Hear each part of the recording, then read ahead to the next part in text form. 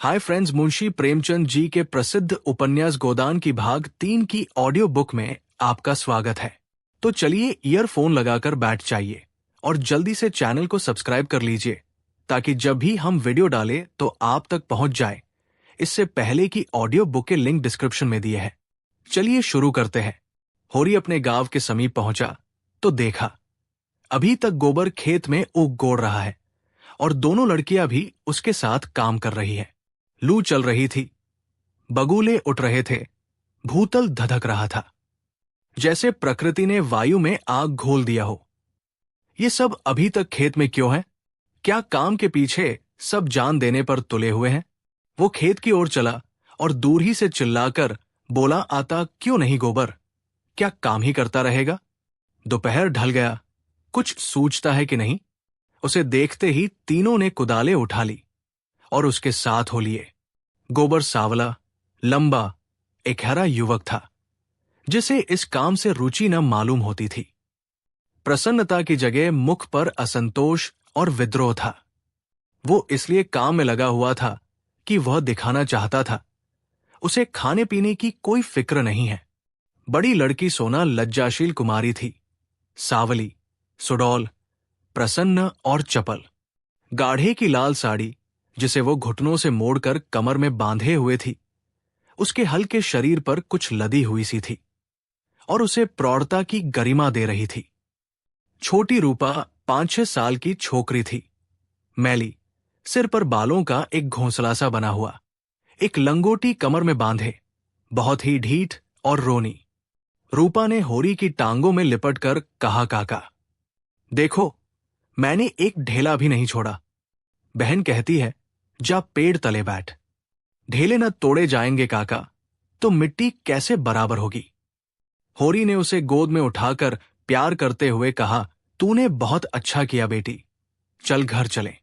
कुछ देर अपने विद्रोह को दबाए रहने के बाद गोबर बोला, ये तुम रोज रोज मालिकों की खुशामद करने क्यों जाते हो?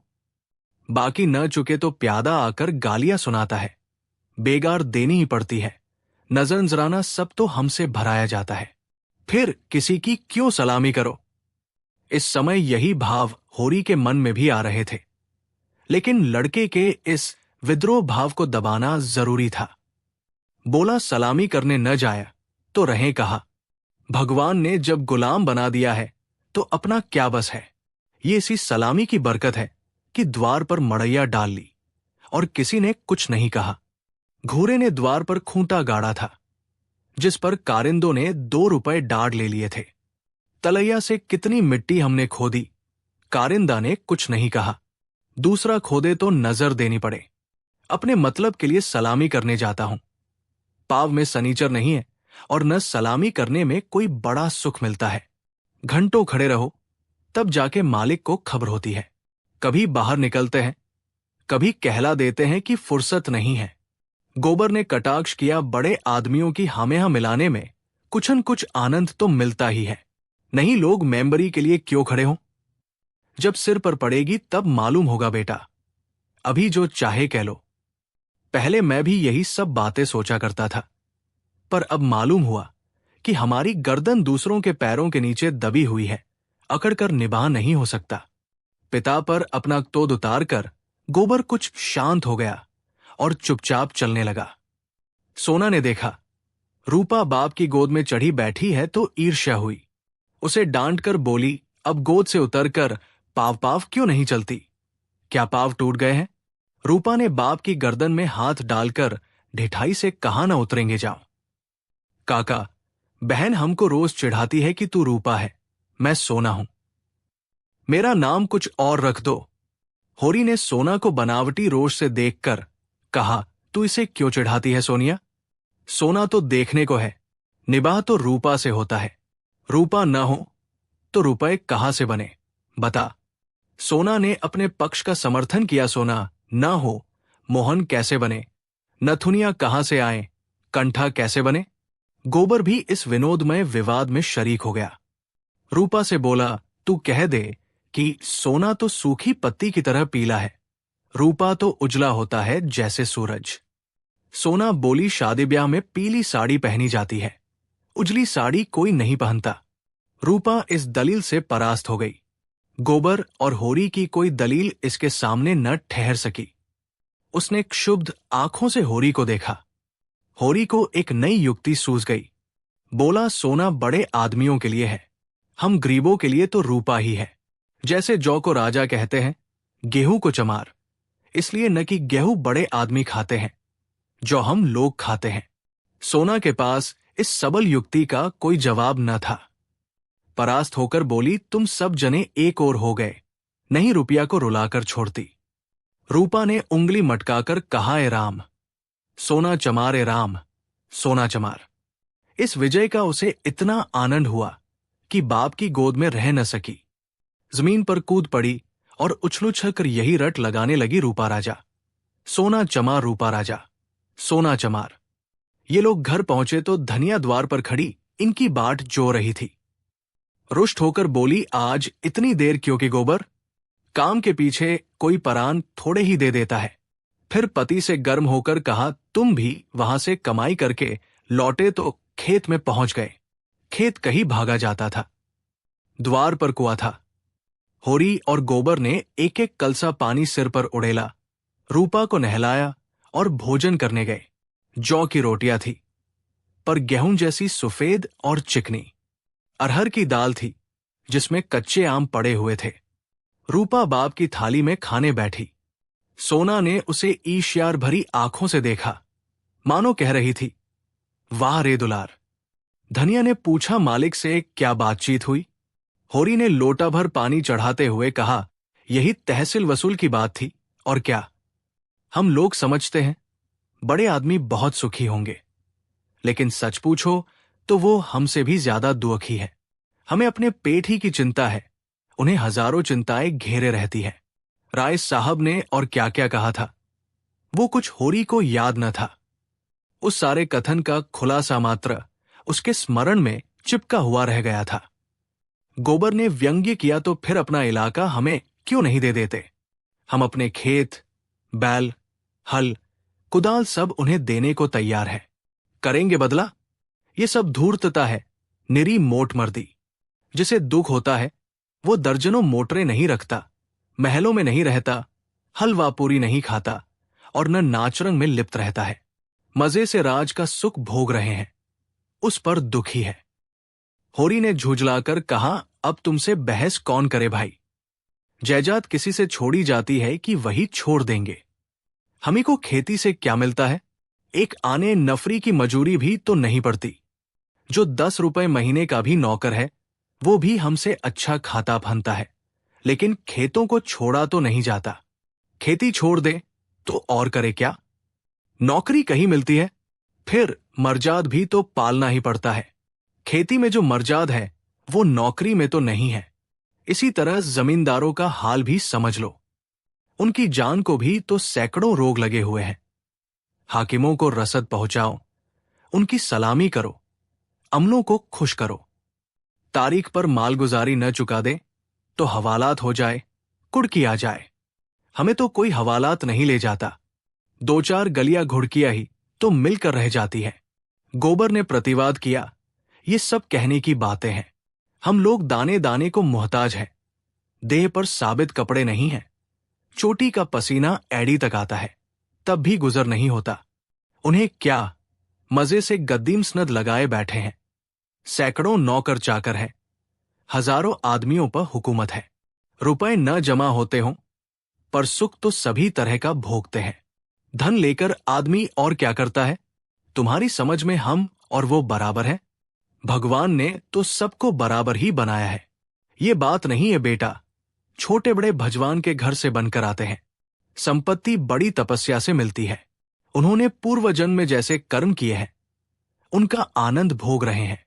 हमने कुछ नहीं संचा तो भोगे क्या? ये सब मन को समझाने की बातें हैं। भगवान सबको बराबर बनाते हैं। यहां जिसके हाथ में लाठी है, वो गरीबों को कुचल कर बड़ा आदमी बन जाता है। ये तुम्हारा भरम है। मालिक आज भी 4 घंटे रोज भगवान का भजन करते हैं। किसके बल पर ये भजन भाव और दान धर्म होता है? अपने बल पर नहीं, किसानों के बल पर और मजदूरों के बल पर। ये पाप का धन पचे कैसे? इसीलिए दान धर्म करना पड़ता है। भगवान का भजन भी इसीलिए होता है। भूखे नंगे रहकर भगवान का भजन करें तो हम भी देखें। हमें कोई दोनों जून खाने को दे तो हम आठों पहर भगवान का जाप ही करते रहें। एक दिन खेत में ऊख गोड़ना पड़े तो सारी भिक्त भूल जाए। होरी ने हार कर कहा, अब तुम्हारे मुंह कौन लगे भाई, तुम तो भगवान की लीला में भी टांग अड़ाते हो। तीसरे पहर गोबर कुदाल लेकर चला तो होरी ने कहा, जरा ठहर जाओ बेटा, हम भी चलते हैं। तब तक थोड़ा सा भूसा निकाल कर रख दो, मैंने भोला को देने को कहा है, बेचारा आजकल बहुत तंग है। गोबर ने अवज्ञा भरी आंखों से देखकर कहा, हमारे पास बेचने को भूसा नहीं है। बेचता नहीं हूं भाई, यूं ही दे रहा हूं। वो संकट में है, उसकी मदद तो करनी ही पड़ेगी। हमें तो उन्होंने कभी एक गाय नहीं दे दी। दे तो रहा था पर हमने ली ही नहीं। धनिया मटक कर बोली, गाय नहीं वह दे रहा था, इन्हें गाय दे देगा। आंख में अंजन लगाने को कभी चिल्लू भर दूध तो भेजा नहीं, गाय देगा। होरी ने कसम खाई नहीं, जवानी कसम अपनी पछाई गाय दे रहे थे। हाथ तंग है, भूसा चारा नहीं रख सके, अब एक गाय बेचकर भूसा लेना चाहते हैं। मैंने सोचा, संकट में पड़े आदमी की गाय क्या लूंगा, थोड़ा सा भूसा दिए देता हूं, कुछ रुपए हाथ आ जाएंगे तो गाय ले लूंगा, थोड़ा थोड़ा करके चुका दूंगा। 80 रुपए की है, मगर ऐसी कि आदमी देखता रहे। गोबर ने आड़े हाथों लिया, तुम्हारा यही धमार्तमापन तो तुम्हारी दुर्गत कर रहा है।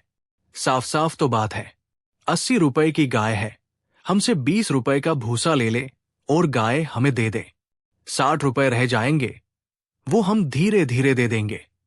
होरी रहस्यमय ढंग से मुस्कुराया, मैंने ऐसी चाल सोची है कि गाय सेंतमेंट में हाथ आ जाए। कहीं भोला की सगाई ठीक करनी है, बस 2-4 मन भूसा तो खाली अपना रंग जमाने को देता हूं। गोबर ने तिरस्कार किया, तो तुम अब सबकी सगाई ठीक करते फिरोगे? धनिया ने तीखी आंखों से देखा, अब यही एक उद्यम तो रह गया है, नहीं देना है हमें भूसा किसी को। यहां भोली भाली किसी का कर्ज नहीं खाया है। होरी ने अपनी सफाई दी, अगर मेरे जतन से किसी का घर बस जाए तो इसमें कौन सी बुराई है। गोबर ने चिलम उठाई और आग लेने चला गया। उसे ये झमेला बिल्कुल नहीं भाता था। धनिया ने सिर हिलाकर कहा, जो उनका घर बसाएगा वो 80 रुपए की गाय लेकर चुप न होगा, एक थैली गिनवाएगा। होरी ने पुचारा दिया, ये मैं जानता हूं, लेकिन उनकी भलमनसी को भी तो देखो। मुझसे जब मिलता है तेरा बखान ही करता है, ऐसी लक्ष्मी है, ऐसी सलीकेदार है। धनिया के मुख पर स्निग्धता झलक पड़ी।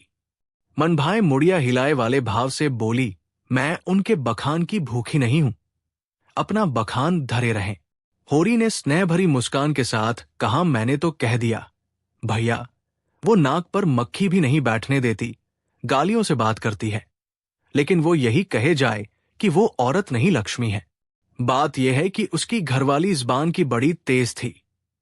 बेचारा उसके डर के मारे भागा भागा फिरता था। कहता था, जिस दिन तुम्हारी घरवाली का मुंह सवेरे देख लेता हूं, उस दिन कुछ न कुछ जरूर हाथ लगता है। मैंने कहा, तुम्हारे हाथ लगता होगा, यहां तो रोज देखते हैं, कभी पैसे से भेंट नहीं होती, तुम्हारे भाग ही खोटे हैं, तो मैं क्या करूं। लगा अपनी घरवाली की बुराई करने, भिखारी को भीख तक नहीं देती थी, झाड़ू लेकर मारने दौड़ती थी। लालचिन ऐसी थी कि नमक तक दूसरों के घर से मांग लाती थी। मरने पर किसी की क्या बुराई करूं, मुझे देखकर जल उठती थी। भोला बड़ा गमखोर था कि उसके साथ निभाह कर दिया, दूसरा होता तो जहर खा के मर जाता। मुझसे 10 साल बड़े होंगे भोला, पर राम राम पहले ही करते हैं। तो क्या कहते थे कि जिस दिन तुम्हारी घरवाली का मुंह देख लेता हूं तो क्या होता है, उस दिन भगवान कहीं न कहीं से कुछ भेज देते हैं। बहुएं भी तो वैसी ही चटोरिन आई है। अब की सबों ने 2 रुपए के खरबूजे उधार खा डाले। उधार मिल जाए फिर उन्हें चिंता नहीं होती कि देना पड़ेगा या नहीं। और भोला रोते काहे को है। गोबर आकर बोला, भोला दादा आ पहुंचे, मन 2 मन भूसा हैरू वो उन्हें दे दो, फिर उनकी सगाई ढूंढने निकलो। धनिया ने समझाया, आदमी द्वार पर बैठा है उसके लिए खाटवाट तो डाल नहीं दी, ऊपर से लगे भुन भुनाने। कुछ तो भलमनसी सीखो, कलसा ले जाओ, पानी भरकर रख दो, हाथ मुंह धोए, कुछ रसपानी पिला दो। मुसीबत में ही आदमी दूसरों के सामने हाथ फैलाता है। होरी बोला, रसवस का काम नहीं है, कौन कोई पाहुने हैं। धनिया बिगड़ी पाहुने और कैसे होते हैं। रोज रोज तो तुम्हारे द्वार पर नहीं आते, इतनी दूर से धूप घाम में आए हैं, प्यास लगी ही होगी। रुपया देख डब्बे में तमाकू है कि नहीं, गोबर के मारे काहे को बची होगी। दौड़कर एक पैसे का तमाकू सहुआइन की दुकान से ले ले। भोला की आज जितनी खातिर हुई और कभी न हुई होगी। गोबर ने खाद डाल दी, सोना रस घोल लाई, रूपा तमाकू भर लाई। धनिया द्वार पर किवाड़ की आड़ में खड़ी अपने कानों से अपना बखान सुनने के लिए अधीर हो रही थी। भोला ने चिलम हाथ में लेकर कहा, अच्छी घरनी घर में आ जाए तो समझ लो लक्ष्मी आ गई। वही जानती है छोटे बड़े का आदर सत्कार कैसे करना चाहिए। धनिया के हृदय में उल्लास का कंपन हो रहा था। चिंता और निराशा और अभाव से आहत आत्मा इन शब्दों में एक कोमल शीतल स्पर्श का अनुभव कर रही थी। होरी जब भोला का खांचा उठाकर भूसा लाने अंदर चला तो धनिया भी पीछे पीछे चली। होरी ने कहा जाने कहां से इतना बड़ा खांचा मिल गया, किसी भड़भूजे से मांग लिया होगा, मन भर से कम में न भरेगा। 2 खांचे भी दिए तो 2 मन निकल जाएंगे। धनिया फूली हुई थी, मलामत की आंखों से देखती हुई बोली, या तो किसी को नेवता न दो और 2 तो भरपेट खिलाओ। तुम्हारे पास फूल पत्र लेने थोड़े ही आए हैं कि चंगेरी लेकर चलते। देते ही हो तो 3 खांचे दे दो। भला आदमी लड़कों को क्यों नहीं लाया, अकेले कहां तक ढोएगा, जान निकल जाएगी। 3 खांचे तो मेरे दिए न दिए जाएंगे, तब क्या एक खांचा देकर टालोगे। गोबर से कह दो अपना खांचा भरकर उनके साथ चला जाए। गोबर ऊख गोड़ने जा रहा है, एक दिन न गोड़ने से ऊख न सूख जाएगी। ये तो उनका काम था कि किसी को अपने साथ ले लेते। भगवान के दिए 2 बेटे हैं, न होंगे घर पर, दूध लेकर बाजार गए होंगे। ये तो अच्छी दिल लगी है कि अपना माल भी दो और उसे घर तक पहुंचा भी दो। लाद दे, लदा दे, लादने वाला साथ कर दे। अच्छा भाई, कोई मत जाए, मैं पहुंचा दूंगी। बड़ों की सेवा करने में लाज नहीं है। और 3 खांचे उन्हें दे दूं तो अपने बैल क्या खाएंगे। ये सब तो नेवता देने के पहले ही सोच लेना था। न हो तुम और गोबर दोनों जने चले जाओ। मुरुवत मुरुवत की तरह की जाती है, अपना घर उठाकर नहीं दे दिया जाता। अभी जमींदार का प्यादा आ जाए तो अपने सिर पर भूसा लाद कर पहुंचाओगे तुम, तुम्हारा लड़का, लड़की सब। और वहां साइत मंदोमन लकड़ी भी फाड़नी पड़े। जमींदार की बात और है। हां, वो डंडे के जोर से काम लेता है ना, उसके खेत नहीं जोतते, खेत जोतते हैं तो लगान नहीं देते। अच्छा भाई, जान न खा, हम दोनों चले जाएंगे। कहां से कहां मैंने इन्हें भूसा देने को कह दिया। या तो चलेगी नहीं, या चलेगी तो दौड़ने लगेगी। 3 खांचे भूसे से भर दिए गए। गोबर कुड़ रहा था, उसे अपने बाप के व्यवहारों में जरा भी विश्वास न था। वो समझता था ये जहां जाते हैं वही कुछन कुछ घर से खो आते हैं। धनिया प्रसन्न थी। रहा होरी, वो धर्म और स्वार्थ के बीच में डूबोतरा रहा था। होरी और गोबर मिलकर एक खांचा बाहर लाए। भोला ने तुरंत अपने अंगोछे का बीड़ा बनाकर सिर पर रखते हुए कहा, मैं इसे रखकर अभी भागा आता हूं। एक खांचा और लूंगा। होरी बोला, एक नहीं, अभी 2 और भरे धरे हैं और तुम्हें आना नहीं पड़ेगा। मैं और गोबर एक एक खांचा लेकर तुम्हारे साथ ही चलते हैं। भोला स्तंभित हो गया। होरी उसे अपना भाई, बल्कि उससे भी निकट जान पड़ा। उसे अपने भीतर एक ऐसी तृप्ति का अनुभव हुआ जिसने मानो उसके संपूर्ण जीवन को हरा कर दिया। तीनों भूसा लेकर चले तो राह में बातें होने लगी। भोला ने पूछा, दशहरा आ रहा है, मालिकों के द्वार पर तो बड़ी धूमधाम होगी। हां, तंबू सामियाना गर गया है, अब की लीला में मैं भी काम करूंगा। राय साहब ने कहा है तुम्हें राजा जनक का माली बनना पड़ेगा। मालिक तुमसे बहुत खुश है, उनकी दया है। एक क्षण के बाद भोला ने फिर पूछा, सगुन करने के रुपए का कुछ जुगाड़ कर लिया है? माली बन जाने से तो गला न छूटेगा। होरी ने मुंह का पसीना पोंछकर कहा, उसी की चिंता तो मारे डालती है। दादा अनाज तो सबका सब खलिहान में ही तुल गया। जमींदार ने अपना लिया, महाजन ने अपना लिया, मेरे लिए 5 सेर अनाज बच रहा। ये भूसा तो मैंने रातों रात ढोकर छिपा दिया था, नहीं तिनका भी न बचता। जमींदार तो एक ही है, मगर महाजन 3-3 है। सहुआइन अलग, मंगरू अलग और दातादीन पंडित अलग। किसी का ब्याज भी पूरा न चुका। जमींदार के भी आधे रुपए बाकी पड़ गए। सहुआइन से फिर रुपए उधार लिए तो काम चला। सब तरह किफायत करके देख लिया भैया, कुछ नहीं होता। हमारा जन्म इसीलिए हुआ है कि अपना रक्त बहाएं और बड़ों का घर भरें। मूल का दुगना सूद भर चुका, पर मूल ज्यों सिर पर सवार है। लोग कहते हैं सर्दी गर्मी में तीरथ व्रत में हाथ बांधकर खर्च करो, मुदा रास्ता कोई नहीं दिखाता। राय साहब ने बेटे के ब्याह में 20,000 लुटा दिए, उनसे कोई कुछ नहीं कहता। मंगरू ने अपने बाप के इक्तया कर में 5,000 लगाए, उनसे कोई कुछ नहीं पूछता। वैसा ही मर्जाद तो सबका है। भोला ने करुण भाव से कहा, बड़े आदमियों की बराबरी तुम कैसे कर सकते हो भाई? आदमी तो हम भी है। कौन कहता है कि हम तुम आदमी हैं? हमें आदमियत कहा। आदमी वो है जिनके पास धन है, अख्तियार है, इल्म है। हम लोग तो बैल है और जुतने के लिए पैदा हुए हैं। उस पर एक दूसरे को देख नहीं सकता, एका का नाम नहीं। एक किसान दूसरे के खेत पर न चढ़े तो कोई जाफा कैसे करे? प्रेम तो संसार से उठ गया। बूढ़ों के लिए अतीत के सुखों और वर्तमान के दुखों और भविष्य के सर्वनाश से ज्यादा मनोरंजक और कोई प्रसंग नहीं होता। दोनों मित्र अपने अपने दुखड़े रोते रहे।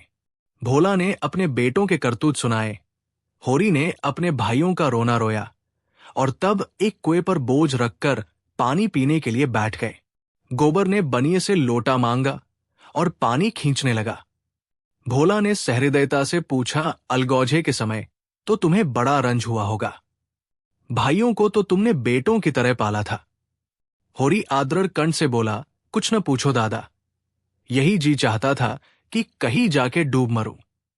मेरे जीते जी सब कुछ हो गया। जिनके पीछे अपनी जवानी धूल में मिला दी, वही मेरे मुद्दई हो गए। और झगड़े की जड़ क्या थी? यही कि मेरी घरवाली हार में काम करने क्यों नहीं जाती। पूछो, घर देखने वाला भी कोई चाहिए कि नहीं? लेना देना, धरना उठाना, संभाल नाज हैजना, ये कौन करे? फिर वो घर बैठी तो नहीं रहती थी। झाड़ू बुहारू, रसोई, चौका बर्तन, लड़कों की देखभाल, ये कोई थोड़ा काम है? शोभा की औरत घर संभाल लेती कि हीरा की औरत में ये सलीका था? जब से अलगौझा हुआ है, दोनों घरों में एक जून रोटी पकती है। नहीं सबको दिन में 4 बार भूख लगती थी। अब खाए 4 दफे तो देखूं। इस मालिकपन में गोबर की मां की जो दुर्गति हुई है, वो मैं ही जानता हूं। बेचारी अपनी देवरानियों के फटे पुराने कपड़े पहनकर दिन काटती थी। खुद भूखी सो रही होगी, लेकिन बहुओं के लिए जलपान तक का ध्यान रखती थी। अपनी देह पर गहने के नाम कच्चा धागा भी न था। देवरानियों के लिए 2-2, 4-4 गहने बनवा दिए। सोने के न सही चांदी के तो है। जलन यही थी कि ये मालिक क्यों है। बहुत अच्छा हुआ कि अलग हो गए। मेरे सिर से बला टली। भोला ने एक लोटा पानी चढ़ाकर कहा, यही हाल घर घर है भैया। भाइयों की बात ही क्या, यहां तो लड़कों से भी नहीं पटती, और पटती इसलिए नहीं कि मैं किसी की कुचाल देखकर मुंह नहीं बंद कर सकता। तुम जुआ खेलोगे, चरस पियोगे, गांजे के दम लगाओगे, मगर आए किसके घर से? खर्चा करना चाहते हो तो कमाओ, मगर कमाई तो किसी से न होगी। खर्च दिल खोल कर करेंगे। जेठा कामता सौदा लेकर बाजार जाएगा तो आधे पैसे गायब। पूछो तो कोई जवाब नहीं। छोटा जंगी है, वो संगत के पीछे मतवाला रहता है। साज हुई और ढोलम जीरा लेकर बैठ गए। संगत को मैं बुरा नहीं कहता, गाना अब जाना ऐब नहीं, लेकिन ये सब काम फुर्सत के हैं। ये नहीं कि घर का तो कोई काम न करो, आठों पहर उसी धुन में पड़े रहो। जाती है मेरे सिर, सानी पानी मैं करूं, गाय भैंस में दूहूं, दूध लेकर बाजार में जाऊं। ये गृहस्थी जी का जंजाल है, सोने की हंसिया, जिसे न उगलते बनता है न निगलते। लड़की है झुनिया, वो भी नसीब की खोटी। तुम तो उसकी सगाई में आए थे। कितना अच्छा घर-बर था। उसका आदमी बंबई में दूध की दुकान करता था। उन दिनों वहां हिंदू मुसलमानों में दंगा हुआ तो किसी ने उसके पेट में छुरा भोंक दिया। घर ही चौपट हो गया। वहां अब उसका निभा नहीं। जाकर लीवा लाया कि दूसरी सगाई कर दूंगा, मगर वो राजी ही नहीं होती और दोनों भावजे कि रात दिन उसे जलाती रहती है। घर में महाभारत मचा रहता है। विपद की मारी यहां आई, यहां भी चैन नहीं। इन्हीं दुखड़ों में रास्ता कट गया। भोला का पूर्वा था तो छोटा, मगर बहुत गुलजार। अधिकतर अहीर ही बसते थे और किसानों के देखते इनकी दशा बहुत बुरी न थी। भोला गांव का मुखिया था। द्वार पर बड़ी सी चरनी थी, जिस पर 10-12 गायम भैंसें खड़ी सानी खा रही थी। ओसारे में एक बड़ा सा तख्त पड़ा था, जो शायद 10 आदमियों से भी न उठता। किसी खूंटी पर ढोलक लटक रही थी, किसी पर मजीरा। एक ताक पर कोई पुस्तक बस्ते में बंधी रखी हुई थी, जो शायद रामायण हो। दोनों बहुएं सामने बैठी गोबर पात रही थी और झुनिया चौखट पर खड़ी थी। उसकी आंखें लाल थी और नाक के सिरे पर भी सुखीर थी। मालूम होता था अभी रोकर उठी है। उसके मांसल, स्वस्थ, सुगठित अंगों में मानो यीवन लहरें मार रहा था। मुंह बड़ा और गोल था, कपोल फूले हुए, आंखें छोटी और भीतर धंसी हुई, माथा पतला। पर वक्ष का उभार और गात का वही गुदगुदापन आंखों को खींचता था। उस पर छपी हुई गुलाबी साड़ी उसे और भी शोभा प्रदान कर रही थी। भोला को देखते ही उसने लपककर उनके सिर से खांचा उतरवाया। भोला ने गोबर और होरी के खांचे उतरवाए और झुनिया से बोले, पहले एक चिलम भर ला, फिर थोड़ा सा रस बना ले। पानी न हो तो गगरा ला, मैं खींच दूं। होरी महतो को पहचानती है ना? फिर होरी से बोला, घरनी के बिना घर नहीं रहता भैया। पुरानी कहावत है, नाटन खेती बहुरियन घर। नाटे बैल क्या खेती करेंगे और बहुएं क्या घर संभालेंगी। जब से इसकी मां मरी है, जैसे घर की बरकत ही उठ गई। बहुएं आटा पाथ लेती है, पर गृहस्थी चलाना क्या जाने। हां, मुंह चलाना खूब जानती है। लौंडे कहीं फड़ पर जमे होंगे। सबके सब आलसी है, कामचोर। जब तक जीता हूं इनके पीछे मरता हूं।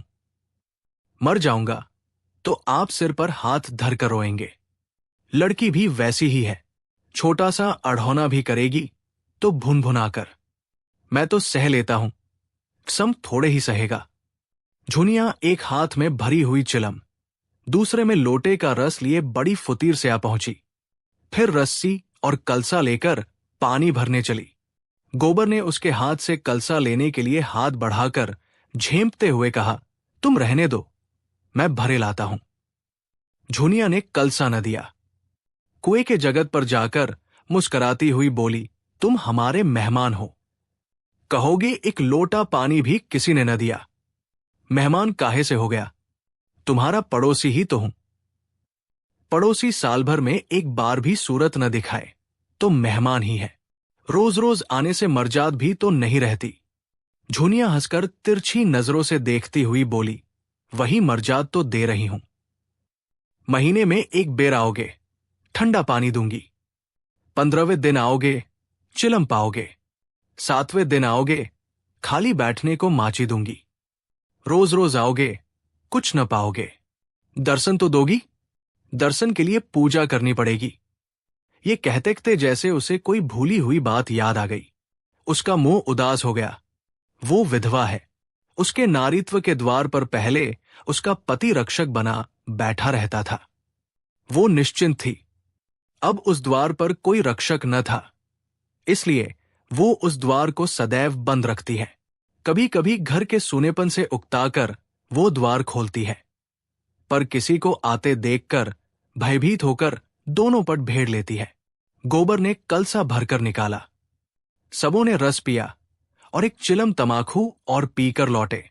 भोला ने कहा, कल तुम आकर गाय ले जाना गोबर, इस बखत तो सानी खा रही है। गोबर की आंखें उसी गाय पर लगी हुई थी और मन ही मन वो मुग्ध हुआ जाता था। गाय इतनी सुंदर और सुडौल है, इसकी उसने कल्पना भी न की थी। होरी ने लोभ को रोककर कहा, मंगवा लूंगा। जल्दी क्या है? तुम्हें जल्दी न हो, हमें तो जल्दी है। उसे द्वार पर देखकर तुम्हें वो बात याद रहेगी। उसकी मुझे बड़ी फिक्र है दादा, तो कल गोबर को भेज देना। दोनों ने अपने अपने खांचे सिर पर रखे और आगे बढ़े। दोनों इतने प्रसन्न थे मानो ब्याह करके लौटे हों।